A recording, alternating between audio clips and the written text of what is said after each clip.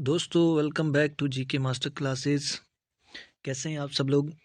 तो जैसे कि आप सबकी डिमांड थी कि J&K रीऑर्गेनाइजेशन एक्ट के ऊपर टॉप एमसीक्यूज़ लाने चाहिए, तो मैं वही टॉप एमसीक्यूज़ आप सब के लिए आज इस वीडियो में लेकर आया हूं। ठीक है, आप सबसे रिक्वेस्ट है, अगर आप चैनल पे न्यू हैं तो चैनल को सब्सक्राइब कर लें, बेल आइकन को प्रेस कर लें। ठीक है, तो देखिए ये जो J&K रीऑर्गेनाइजेशन एक्ट है ना, ये हर एग्ज़ाम जो जम्मू कश्मीर का JKSSB जो करवा रहा है या JKPSC का एग्ज़ाम है उसके लिए इम्पोर्टेंट रहता है। ठीक है, क्योंकि पहले यहाँ जम्मू कश्मीर का अपना कॉन्स्टिट्यूशन होता था, अपना संविधान होता था, अब वो नहीं है। उसकी जगह क्या है, ये J&K रीऑर्गेनाइजेशन एक्ट जो है वो पूछा जाता है। ठीक है, तो ये बहुत इंपॉर्टेंट रहता है हर एग्ज़ाम के लिए। इसमें से एमसीक्यूज़ हर एग्ज़ाम में देखने को मिलेंगे, तो आप मेरे साथ एंड तक बने रहें। हम बहुत अच्छे से जितना भी मैक्सिमम पोर्शन इसका जितना भी होगा हम वो इस वीडियो में पूरा डिस्कस करेंगे थ्रू एमसीक्यूज़। ठीक है, तो चलिए स्टार्ट करते हैं आज का हमारा फर्स्ट क्वेश्चन।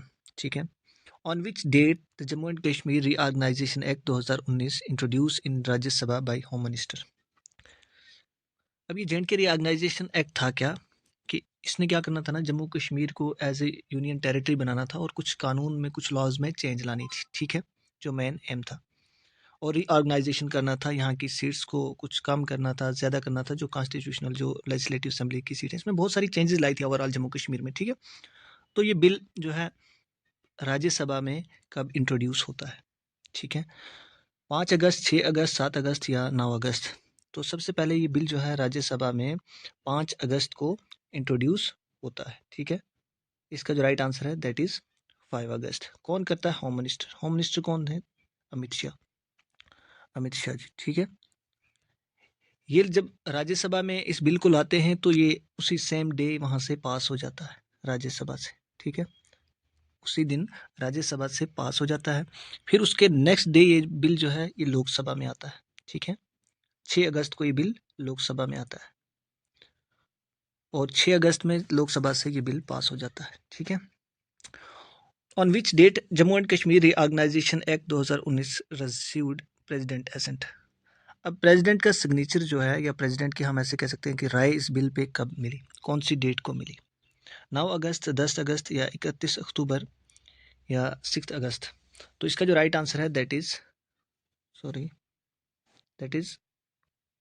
9 अगस्त। ठीक है, ऑप्शन नंबर ए। 9 अगस्त को प्रेसिडेंट इस पे सिग्नेचर करता है। ठीक है, और कौन थे प्रेसिडेंट तब, रामनाथ कोविंद जी। याद रखना, रामनाथ कोविंद जी। और आज कौन है आप कमेंट सेक्शन में बताएं। ठीक है, रामनाथ कोविंद जी 9 अगस्त को इस पे साइन करते हैं और ये बिल जो है वो प्रेसिडेंट की एसेंट इसको मिल जाती है। ठीक है, चलिए नेक्स्ट, सभी डेट हमने लिखी हैं। On which date Jammu and Kashmir reorganisation act 2019 came into force effectively in J&K UT। अब एनफोर्स में कब आया, लागू कब आया, अच्छे तरीके से इम्प्लीमेंट कब हुआ। ठीक है, तो इसका जो राइट आंसर है दैट इज 31 अक्टूबर 2019 को ये बिल जो है वो एनफोर्स में आ जाता है, लागू हो जाता है जम्मू कश्मीर पे। ठीक है, चलिए next, according to J&K reorganisation act 2019 UT created without legislature. अब इसी एक्ट में जम्मू कश्मीर को दो यूनियन टेरिटरी में बांट दिया, एक जम्मू कश्मीर है, एक लद्दाख है। ठीक है, और जम्मू कश्मीर के पास लेजिस्लेचर रखा। ठीक है, लेकिन यूनिकैमरल रखा। यूनिकैमरल मीन्स एक ही बॉडी रखी। यहाँ पे जो MLC होते थे, मेंबर ऑफ लेजिस्लेटिव काउंसिल, उनको ख़त्म कर दिया। ठीक है, अब यहाँ पे सिर्फ MLA वगैरह जो मेंबर ऑफ लेजिस्लेटिव असेंबली रहेगी, या हम कह सकते हैं लेजिस्लेटिव असेंबली रहेगी। और लद्दाख ऐसी यूटी थी जिसको विदाउट लेजिस्लेचर क्रिएट किया। ठीक है, वही पूछ रहा है क्वेश्चन में, कौन सी यूटी को विदाउट लेजिस्लेचर J&K रीऑर्गेनाइजेशन ने क्रिएट किया, तो दैट इज लद्दाख। ठीक है, हमारे जम्मू कश्मीर के पास लेजिस्लेचर है लेकिन यूनिकैमरल है। ठीक है, चलिए नेक्स्ट, आई होप आपको समझ आ गया। As per as J&K reorganisation act 2019 concern, how many women can be nominated in the legislative assembly of UT of J&K। कितनी वुमेन को नॉमिनेट किया जाएगा जो हमारी लेजिस्लेटिव असेंबली है जम्मू कश्मीर की, अकॉर्डिंग टू रीऑर्गेनाइजेशन एक्ट। तो 2 वुमेन को, 2 वुमेन्स को जो है वो ये मैं रीऑर्गेनाइजेशन एक्ट की बात कर रहा हूँ। अभी अमेंडमेंट भी कुछ हुई है, उस पर लेटेस्ट अपडेट वो भी लाएंगे, ठीक है। तो जो रीऑर्गेनाइजेशन में लिखा है 2 वुमेन्स को नॉमिनेट किया जाएगा। अगर गवर्नर को लगेगा कि यहाँ पे स्ट्रेंथ जो है वुमेन की लेजिस्लेटिव असेंबली में कम है, तो वो खुद से 2 वुमेन्स को यहाँ पे नॉमिनेट कर सकता है। ये लेफ्टिनेंट गवर्नर के पास पावर रहेगी, ठीक है। चलते हैं next. As per as provision of J&K Reorganization Act 2019, which article of Indian Constitution is applicable to the J&K UT? अब कौन से आर्टिकल जो है वो एप्लीकेबल है जम्मू कश्मीर में? जैसे कि वो सेम कहाँ पे है आप बताओ। आर्टिकल 239 जो है वो अब एप्लीकेबल है जम्मू कश्मीर में, ठीक है। जो हमारा J&K ये बनाया है ना, पुडुचेरी मॉडल है, ठीक है, याद रखना, पुडुचेरी मॉडल। चलिए next. A list of all central laws now applicable to the Jammu and Kashmir UT is mentioned under which schedule of Jammu and Kashmir Reorganization Act 2019? आपको इसकी मेन जो बॉडी है ना वो समझनी है। यहाँ पे आपको इतना क्वेश्चन रीड करने की ज़रूरत नहीं है, ठीक है।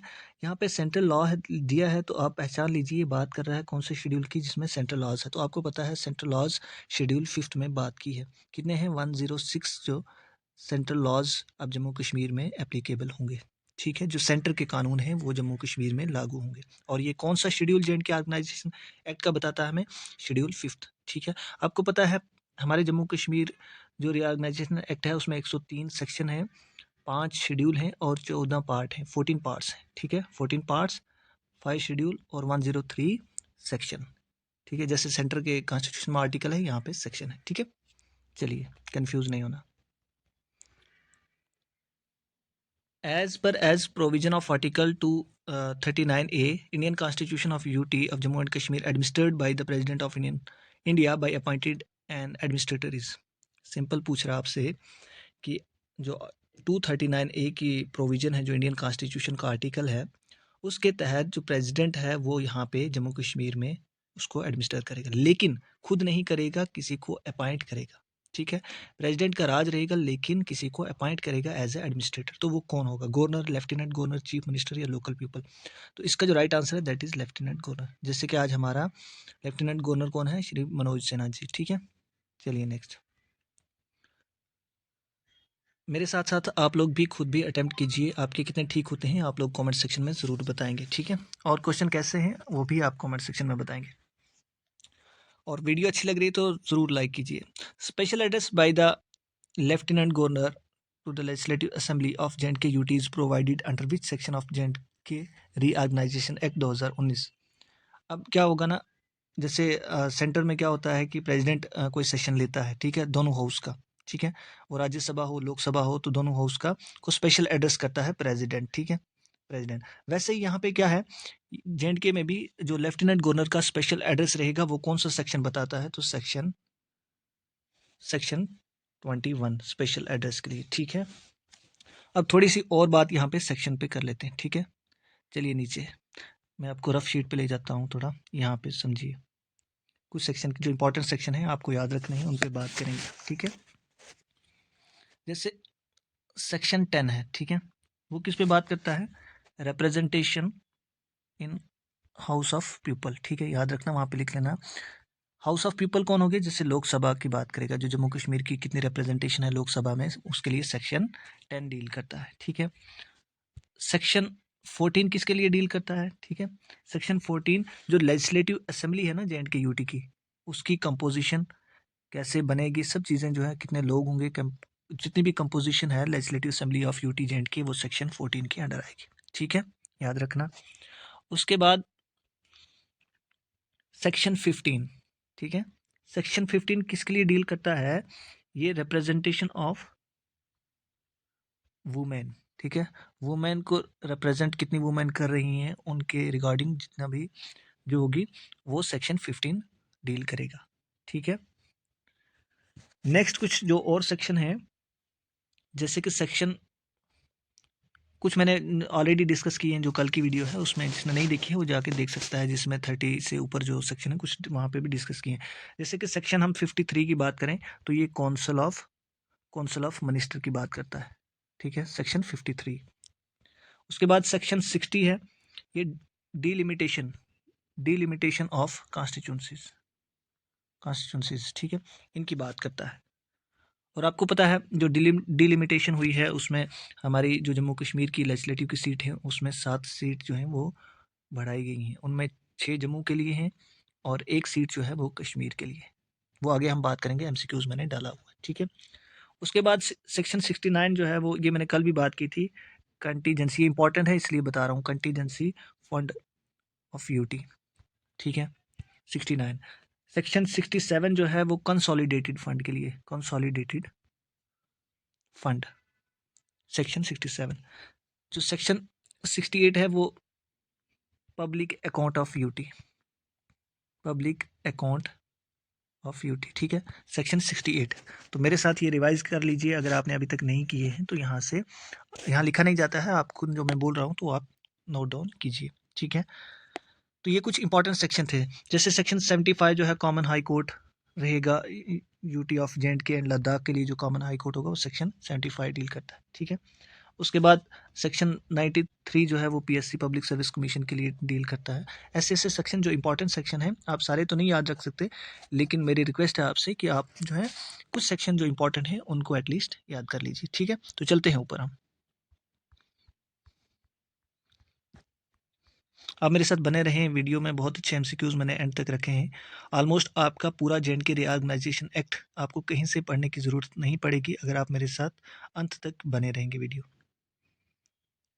कहाँ पहुँचे थे हम लोग? हाँ 31 नहीं, मैंने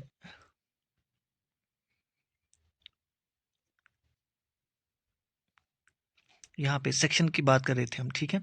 अब क्वेश्चन नंबर 10 है आज का, Jammu and Kashmir reorganisation act provide how many seats of Rajya Sabha to the UT of J and K. अब जम्मू कश्मीर से जो राज्यसभा की सीट्स हैं वो कितनी हैं, इतना बता रहा है, जो जे&के रीऑर्गेनाइजेशन एक्ट में मेंशन है, ठीक है। तो जो राज्यसभा में सीट है वो याद रखना, राज्यसभा में 4 सीटें हैं यहाँ। राज्यसभा किसे कहते हैं? जो अपर हाउस है, ठीक है, जो अपर हाउस होता है। चलिए next, Jammu and Kashmir reorganisation act provide how many seats in Lok Sabha. अब यहाँ, वहाँ राज्यसभा की बात थी, अब यहाँ पे लोकसभा की है, तो लोकसभा में कितनी सीट्स हैं? 5 सीट है, ठीक है। पहले 6 थी, अब 5 होगी, एक लद्दाख को दे दी है, अब 5 रहती है। और 5 में 3 जो है वो कश्मीर से है और 2 जम्मू से आज इलेक्ट जो हुए हैं, ठीक है। चलते हैं next, which schedule of Jammu and Kashmir reorganisation act deal with, no sorry, first schedule of Jammu and Kashmir reorganisation act जो है वो किससे डील करता है? पहला शेड्यूल बताएं। Member of council of state, member of state legislative assembly, oath and affirmation या parliament constitution. तो इसका जो राइट आंसर है that is member of council of state, ठीक है। सिंपल मैं यहाँ बता दूं, फर्स्ट शेड्यूल राज्यसभा से डील करता है, ठीक है। सेकंड शेड्यूल जो है ना, जो सेकंड शेड्यूल है वो लोकसभा से डील करता है। थर्ड शेड्यूल जो है वो आप याद रखना, जो स्टेट की लेजिस्लेटिव असेंबली है उससे डील करता है, ठीक है। और फोर्थ शेड्यूल जो है वो ओथ एंड एफर्मेशन से डील करता है, ओथ से। और फिफ्थ शेड्यूल जो है वो सेंट्रल लॉज से डील करता है, जितने भी सेंट्रल लॉ यहाँ पे एप्लीकेबल है, ठीक है, याद रहेगा। चलिए next, Which section of Jammu and Kashmir Reorganization Act deal with the abolition of Legislative Council of existing state? यहाँ पे लेजिस्लेटिव काउंसिल होती थी, मैंने पहले कहा कि यहाँ पे एमएलए और एमएलसी दोनों होते थे, यानी बाई कैमरल लेजिस्लेचर हमारा जम्मू कश्मीर का होता था जब यहाँ का अपना कॉन्स्टिट्यूशन था, ठीक है। तो उसको एबॉलिश कर दिया, एमएलसी की पोस्ट को एबॉलिश कर दिया है, वो कौन से सेक्शन में बताया गया है, आपको सिंपल इतना बताना है। तो सेक्शन 57(1), ठीक है। चलते हैं नेक्स्ट, आई होप आप एंजॉय कर रहे हैं मेरे साथ, खुद भी आप आंसर कीजिए। Total number of seat reserve for Jammu and Kashmir organisation by, किसके लिए? पीओके के लिए कितनी सीटें रिजर्व हैं? सिंपल पूछा है आपको।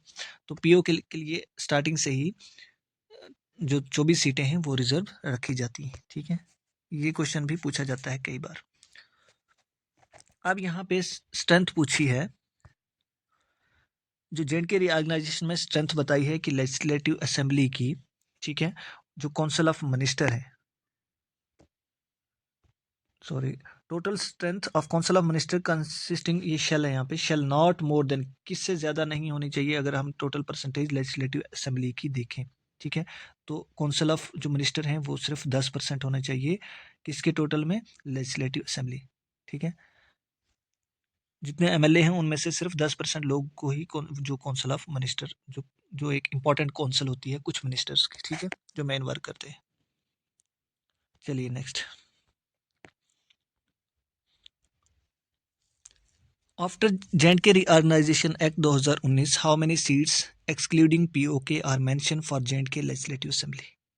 अगर हम पीओके को निकाल दें तो कितनी सीट्स J&K Reorganization Act में मेंशन की हैं जो जम्मू कश्मीर लेजिस्लेटिव असेंबली के लिए? 90, 83, 114 या 107? तो इसका जो राइट आंसर है दैट इज 19 सीट, ठीक है। पहले कितनी थी? मैंने सारी सीट्स लिखी यहाँ पे, पहले 83 थी, ठीक है। अगर हम 19 के बाद 24 प्लस करें तो कितना हो जाता है? 114। अगर आपको इंक्लूडिंग पूछा होता यहाँ पे एक्सक्लूडिंग की जगह इंक्लूडिंग होता, इंक्लूडिंग पीओके, तो तब 114 था। अगर यहाँ पे याद रखना, अगर यहाँ पे बिफोर रीऑर्गेनाइजेशन एक्ट पूछा जाता और इंक्लूडिंग भी साथ होता पीओके तो तब जो है आप लिखते 107 सीट, ठीक है। अगर excluding POK before reorganisation act पूछा होता तो तब आप 83 लिखते, ठीक है। याद रहेगा। फिर से मैं रिपीट कर रहा हूँ आपके लिए।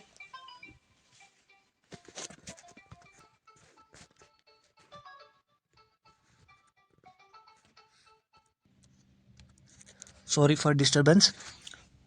तो फिर से मैं रिपीट करूँगा आपके लिए, याद रखना। यहाँ पे पूछा है आपको कि J&K रीऑर्गेनाइजेशन एक्ट में टोटल सीट्स जो हैं वो कितनी हैं जो मेंशन की हैं पीओके को छोड़ के, तो वो मैंने कहा 19 सीट है। और 19 के बाद अगर हम 24 प्लस करें तो कितनी बन जाती हैं? 1014। देखिए इसमें बहुत कन्फ्यूजन रहती है एग्जाम में, ठीक है।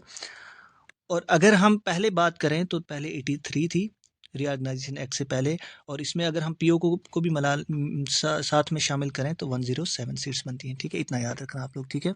चलिए next. Jammu and Kashmir reorganisation act enacted on which of the following day? कौन सी डे को इनेक्ट किया गया जम्मू कश्मीर रीऑर्गेनाइजेशन एक्ट? मतलब कि M&2 फोर्स हमने जब कहा कि ये लागू कब हुआ, कौन से उस दिन कौन सा था? 31 अक्टूबर तो था, ठीक है।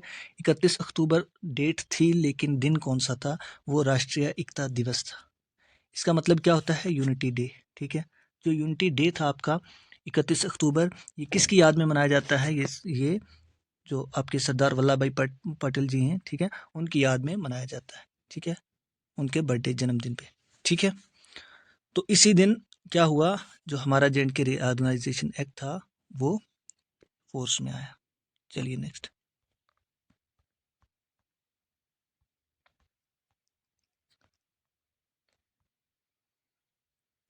Legislative Assembly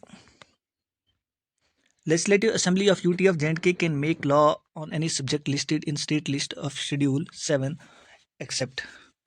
कहता है यूटी जो J&K की है या स्टेट है, ठीक है, कहता है उसमें जो स्टेट लिस्ट में मेंशन है उनमें से कौन से किन लॉज को छोड़ के बाकी को बना सकती है? तो सारे लॉज बना सकती है, लेकिन पब्लिक ऑर्डर और पुलिस दोनों। इसका जो राइट आंसर है दैट इज बोथ। इन पे जो है कंट्रोल किसका रहेगा? लॉज कोई भी बनाना है सारा कंट्रोल सेंटर के पास रहेगा, यूनियन के पास रहेगा। आपको पता है 3 लिस्ट होती है, यूनियन लिस्ट, स्टेट लिस्ट और कंकरेंट लिस्ट। यूनियन लिस्ट वो होती है जिसमें सिर्फ सेंटर लॉ बनाता है, ठीक है। स्टेट लिस्ट जिसमें सिर्फ स्टेट लॉ बनाती है, लेकिन कंकरेंट लिस्ट वो लिस्ट होती है जिसमें दोनों सेंटर प्लस स्टेट लॉ बनाते हैं, ठीक है, दैट इज कंकरेंट लिस्ट। तो यहाँ पे बोला है कि जो और 7th शेड्यूल क्या है? ये 7th शेड्यूल इंडियन कॉन्स्टिट्यूशन की बात की है, ठीक है। यहाँ कंफ्यूज नहीं होना, J&K शेड्यूल नहीं है J&K रीऑर्गेनाइजेशन एक्ट का, ये इंडियन शेड्यूल है जो पावर एलोकेट करता है डिफरेंट स्टेट्स को, जो लॉज उनको बनाने हैं स्टेट लिस्ट में या यूनियन लिस्ट या कंकरेंट लिस्ट में, ठीक है। चलिए next. Under which section the duration of legislative assembly is fixed for 5 years? तो हमारे जो एमएलए वगैरह हैं उनकी अब टेन्योर पहले से 6 साल होती थी, अब वो 5 साल रहेंगे। लेकिन कौन से सेक्शन में ये बात की गई है? तो सेक्शन 17 हमने पहले भी डिस्कस किया। सेक्शन 17 जो है वो ड्यूरेशन ऑफ लेजिस्लेटिव असेंबली की बात करता है, ठीक है।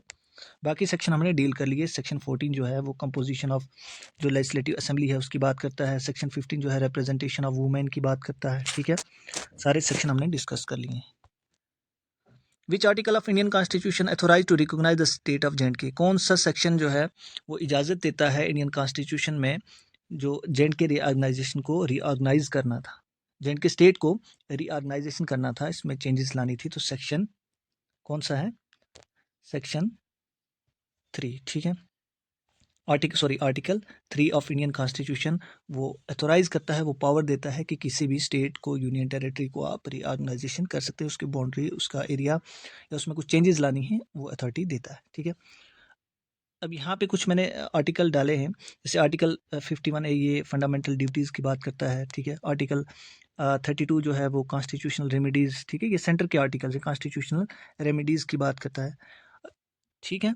तो आई होप आपको वीडियो अच्छी लगी है। अभी इसमें अगर कुछ और रहता है तो आप कमेंट सेक्शन में ज़रूर बताएं, मैं उस पर भी MCQs लेकर आऊँगा।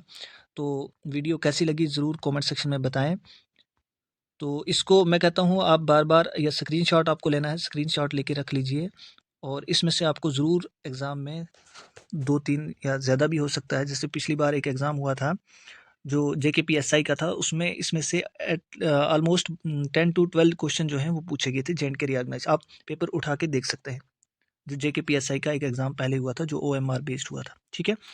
तो ये टॉपिक बहुत इंपॉर्टेंट रहता है। मेरी सजेशन यही है कि आप इसको अच्छे से रिवाइज़ करके जाएँ एग्ज़ाम में, और आपके MCQs यहाँ से मैक्सिमम MCQs इस वीडियो से आपको निकलेंगे, ठीक है।